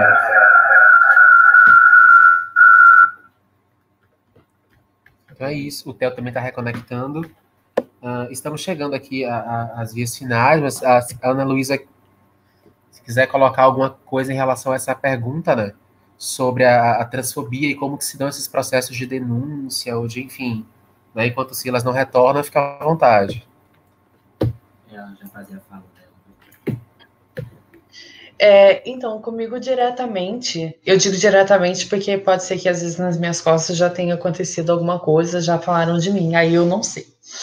Mas se referindo diretamente a mim, até o momento não aconteceu, justamente pelo fato, como eu falei anteriormente, de que quando eu entrei na universidade e no curso da medicina já tinha uma outra pessoa trans. Então, de uma certa forma, as pessoas já estavam meio que acostumadas com pessoas trans naquele meio, naquele convívio. Então, para mim foi algo mais fácil. E como eu falei também, né, eu tinha toda uma rede que estava me dando um certo suporte, um apoio, que também influenciou muito positivamente nesse processo.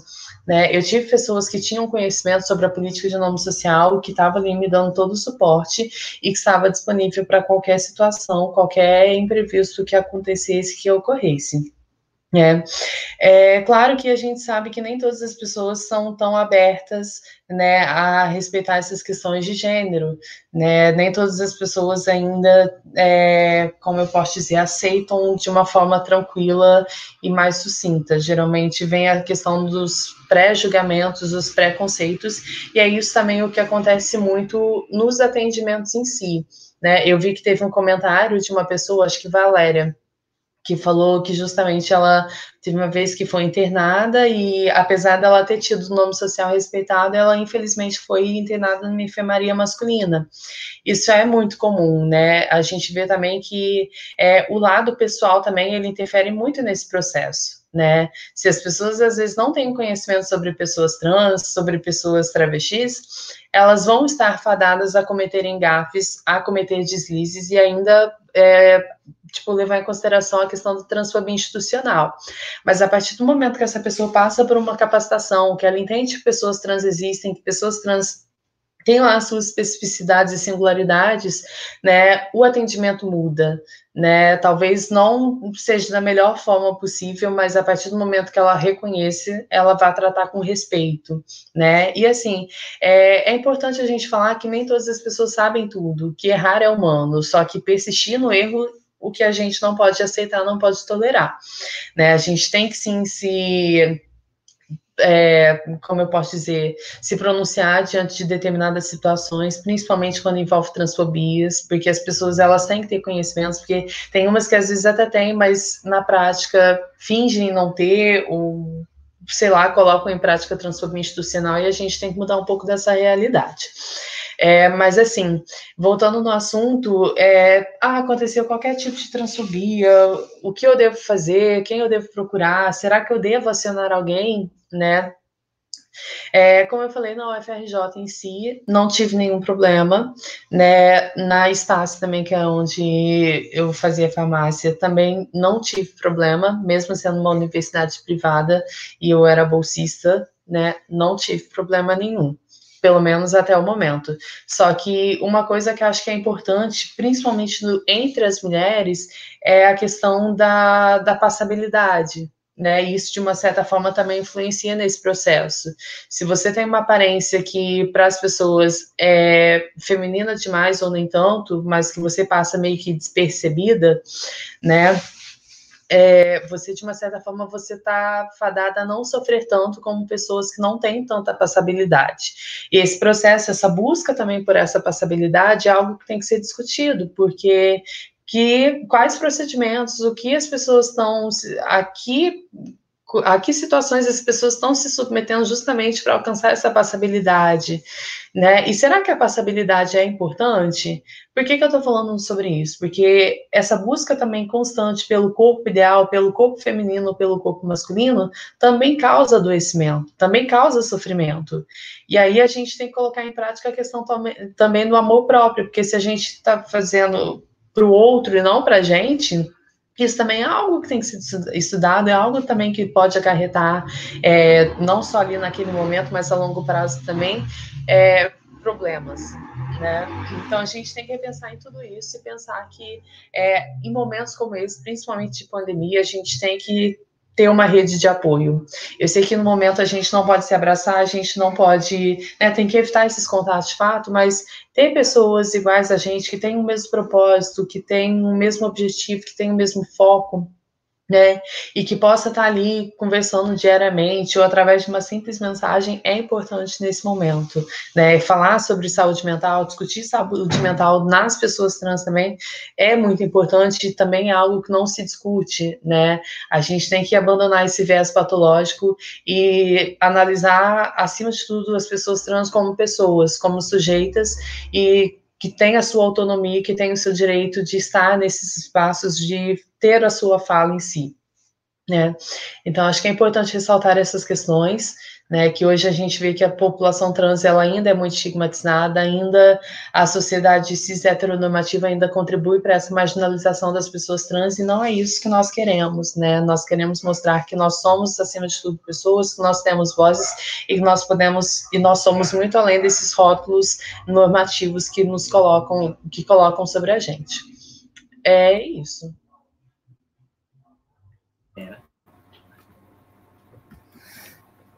Perfeito. Assim, as falas de Theo e Ana Lu nos dão pistas preciosíssimas, né, de como, de alguma maneira, permanecer nesse sistema, porque todos nós sabemos que a inclusão, sem permanência não consegue dar conta da complexidade das nossas especificidades. E o Silas, ele estava colocando uma coisa muito bacana, ele caiu, está tentando retornar, que foi a questão do fetiche cisnormativo em querer traduzir a nossa história por um viés cissexista, quando, na verdade, a questão é muito mais simples, né? Veja, se durante a anamnese eu falo que sou uma mulher trans, eu já estou informando para esse profissional qual trajetória de gênero o meu corpo passou e se submeteu.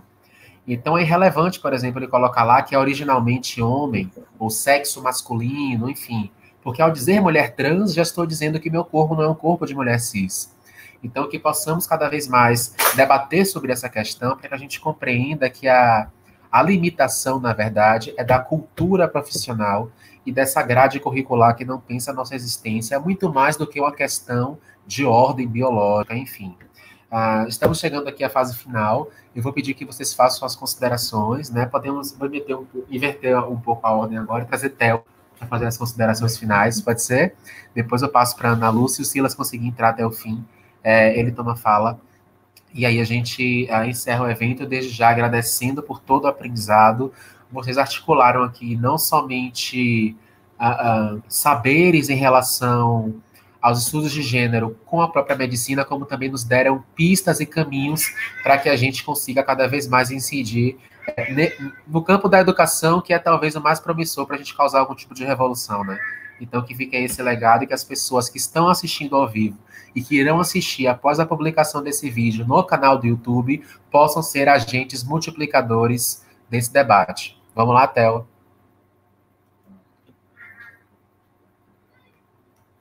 Botar o fone. Vocês conseguirem me ouvir bem.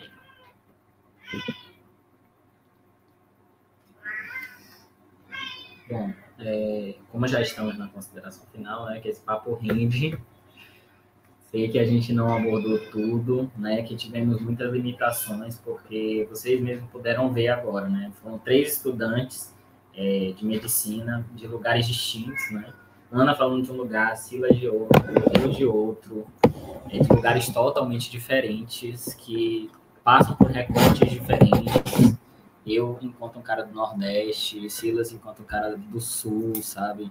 Enfim, apesar de partilharmos a identidade de transmasculinos, a gente passa por diversas coisas, diversos recortes diferentes. Então, assim, eu sei que a gente não conseguiu abordar ainda muitas violências, muitas coisas que outras pessoas trans que venham acessar ao curso vão conseguir debater, mas a ideia foi realmente trazer uma provocação e pensar coisas iniciais que a gente pode trabalhar aí e refletir na nossa graduação e adiante.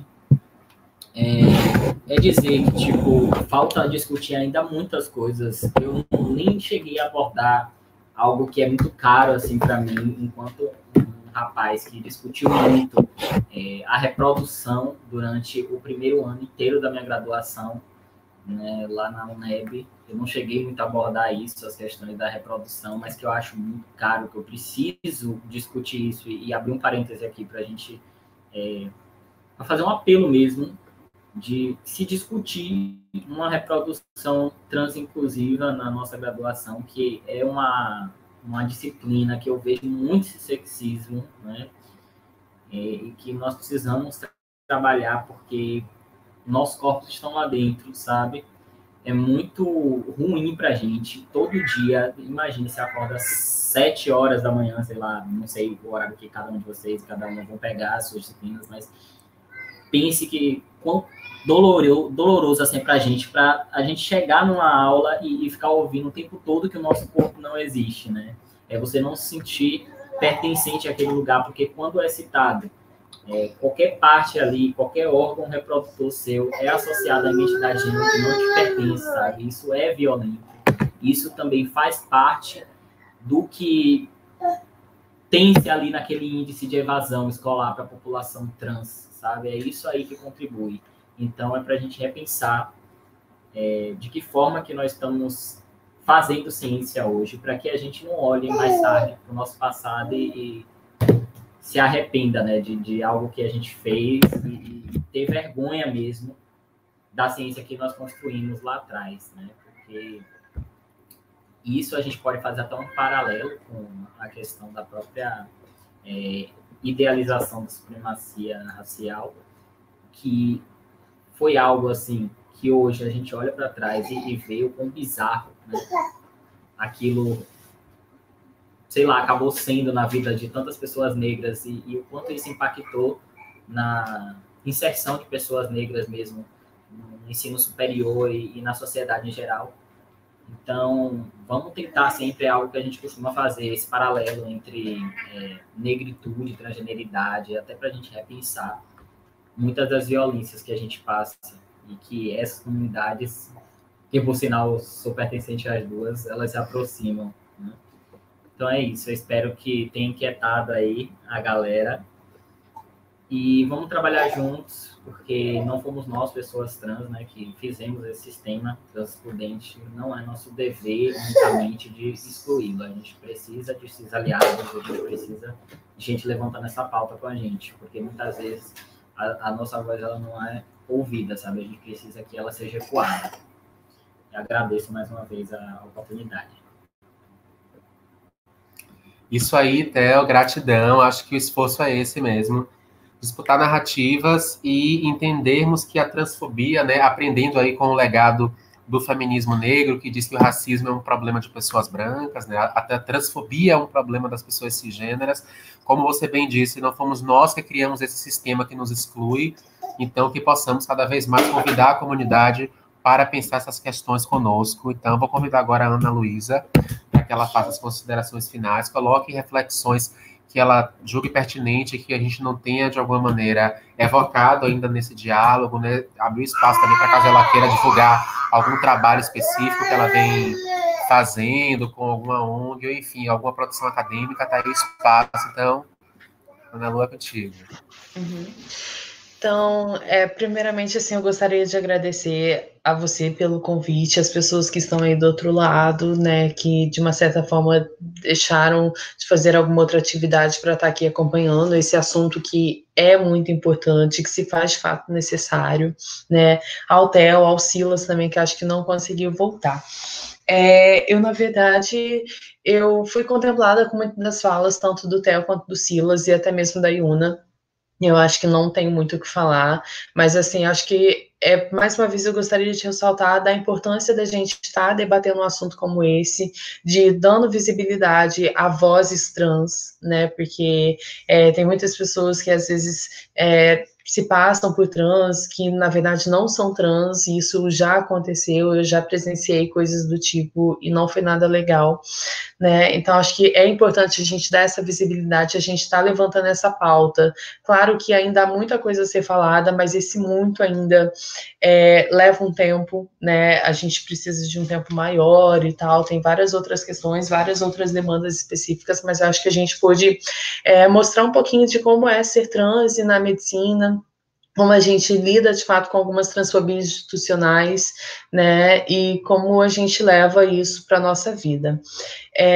O que eu gostaria de pautar, assim, na verdade, não pautar, mas só deixar, na verdade, aí como uma questão de reflexão mesmo, foi algumas coisas que eu já citei, né, e outras é que eu acho que é importante nós, pessoas trans, também termos esse conhecimento, porque se um dia precisarmos, né, o que fazermos se, caso a transfobia institucional ela aconteça, ela venha à tona num atendimento.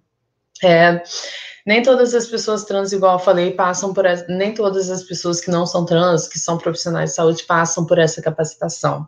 Errou de vez em quando, mas se desculpou, tá beleza, mas continuou persistindo no erro, a gente tem que se posicionar sim, a gente tem que fazer correções não de forma agressiva, mas mostrar que não é assim, eu quero ser tratada assim, assim, assada, a pessoa não respondeu, a gente tem a quem acionar, geralmente toda instituição de saúde.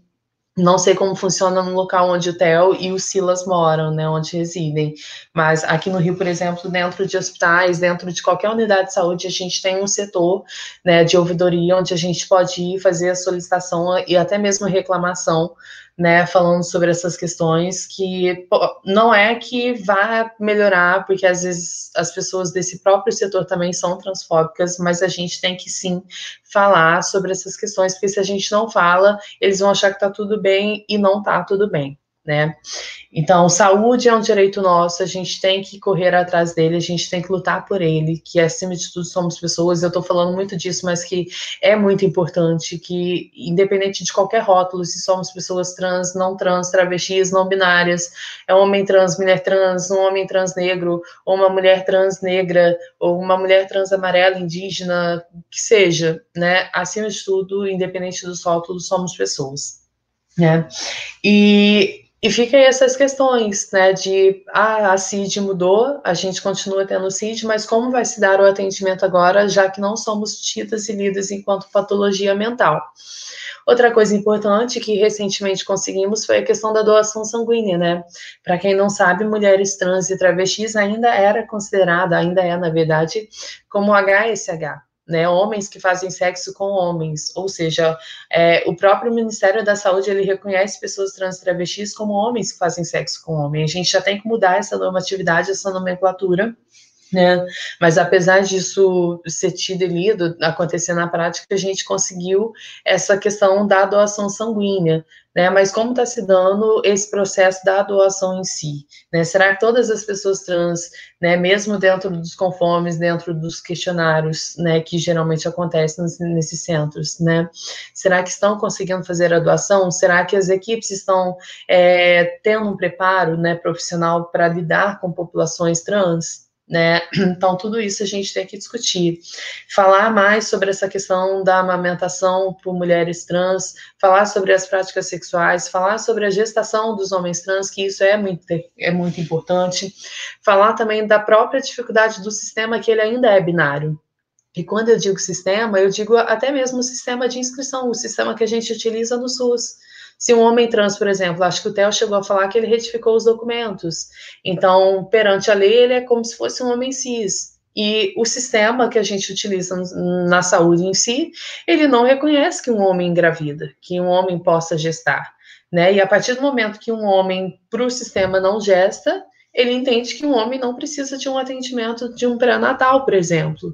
E aí a gente não vai ofertar o pré-natal para um homem trans, né? E mesmo ele tendo essa necessidade, mesmo sendo uma questão de direito dele, né? Então a gente tem que pautar esses pequenos detalhes e que fazem sim a diferença, mas que esses detalhes eles acabam excluindo, eles afastam ainda mais as pessoas e não é isso que nós queremos, né? Os índices de suicídio estão aumentando ainda mais diante da população trans, principalmente mulheres trans e travestis, e a gente tem que mudar essa realidade. E a gente só consegue mudar essa realidade discutindo, buscando informação, adquirindo conhecimento, como momentos como esse que a gente está tendo aqui agora, né? Então assim, o que eu quero deixar para vocês é que não entendo nada sobre trans, procura se informar, né? Procura correr atrás, procura conhecer pessoas que são trans e que têm uma vivência, que têm uma experiência e que compartilhem de maneira aberta, porque nem todas as pessoas trans também vão querer ficar falando sobre questões trans e eu respeito isso.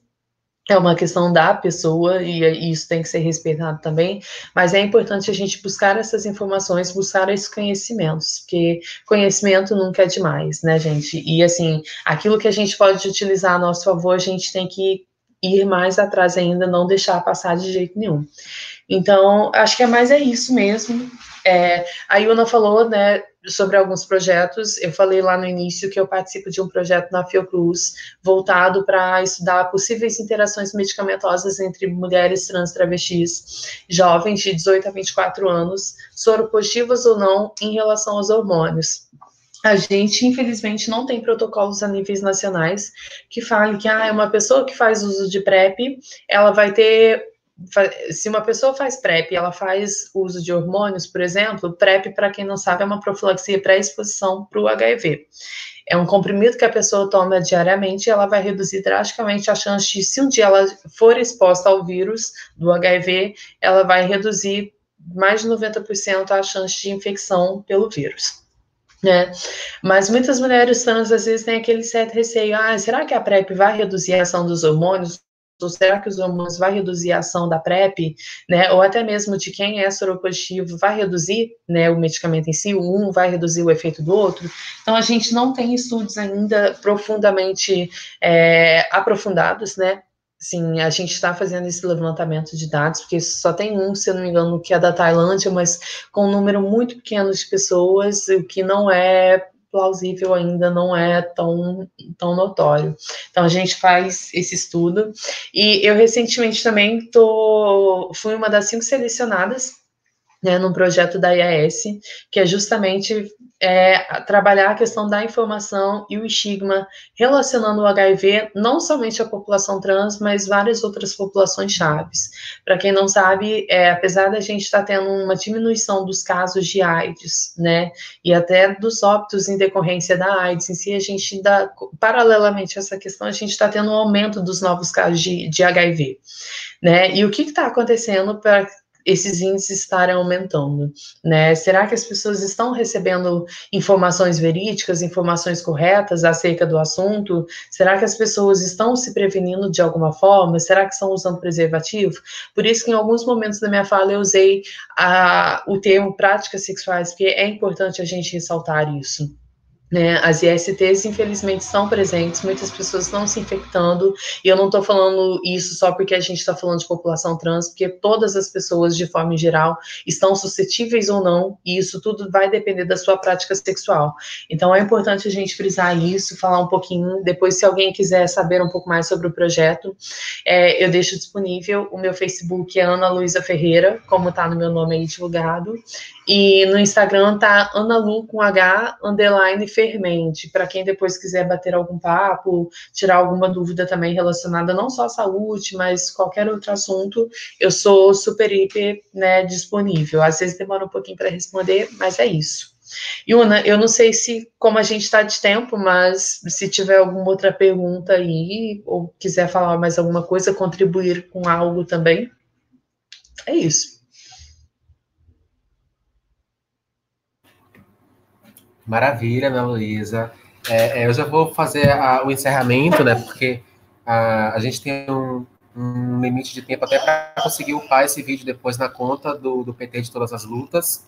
Mas já adiantar que eu vou deixar a rede social de vocês, se vocês autorizarem, na descrição do vídeo, tanto do Facebook quanto no canal do YouTube, quando for publicado, porque nós estaremos compartilhando esse vídeo com os profissionais da CESAB, que estamos em um diálogo aqui justamente sobre esse ponto que você trouxe, dos sistemas de saúde, que ainda são muito cisnormativos, né? O que acontece hoje em dia, para falar muito rapidamente, pensamos o direito à retificação, mas não pensamos essa interação com os sistemas de saúde, né? E aí esse olhar limitado, até porque não veio de uma lei do legislativo, né? Foi uma decisão do judiciário, pensou assim emergencialmente a retificação. Então, nós temos agora um contingente cada vez mais crescente de homens que precisam utilizar o serviço de ginecologia e obstetrícia, de mulheres que acessam exames específicos como espermograma, por exemplo, né, para aferir a fertilidade. E no sistema público de saúde, isso ainda não é uma realidade, porque quando coloca lá sexo masculino, como você disse, não libera para especialidades entendidas historicamente como femininas. E aí, se não dá baixa no sistema, a gente não consegue pagar o profissional e o atendimento ele acaba sendo inviabilizado. Então, esse é um debate, inclusive, muito caro para nós da área do direito, e é uma intersecção muito bacana. Então, eu vou estar disponibilizando esse vídeo para os profissionais da CESAB, que iniciaram esse diálogo conosco, e vou disponibilizar também na figura de Dr. Ailton, que solicitou esse vídeo para os profissionais do Ambulatório Multidisciplinar para Pesquisa e Transferência daqui da Bahia, o SEDAP, porque precisamos realmente divulgar essas informações. De antemão, já agradecendo muito pelo conhecimento que vocês partilharam aqui conosco e enfatizar, né, percebam quantos dados o Silas, Theo, né, Ana Luísa trouxeram, inclusive o Silas que avisou que não ia conseguir retornar por conta de problemas com a energia, né? Ele estava pelo celular, o celular acabou descarregando, mas ele agradeceu pela oportunidade, enfim, a gente também agradece muito, o Silas contribuiu conosco, e percebam quantos dados esses estudantes trouxeram para a gente, né? Quanta ciência foi articulada em cima das especificidades da população trans. Então, que cada vez mais possamos dar espaço para que esses saberes sejam articulados cada vez mais. E quando forem convidar a Ana Luísa, o Theo, o Silas, lembrem que eles também são pesquisadores, falam a partir de uma ciência, né? Para que a gente não fique repetindo essa lógica colonial de trazer convidados para falar apenas sobre como se descobriram trans, né? Sempre jogando nesse campo do relato ciência. Nós estamos produzindo saberes, estamos incidindo, ocupando espaços, e principalmente propondo muita estratégia política e metodológica para mudar esse sistema. Então, agradeço a todo mundo, o vídeo vai ficar disponível, depois deixaremos no YouTube, e é isso, que possamos cada vez mais movimentar esse debate super necessário, com uma perspectiva trans e decolonial sobre a medicina.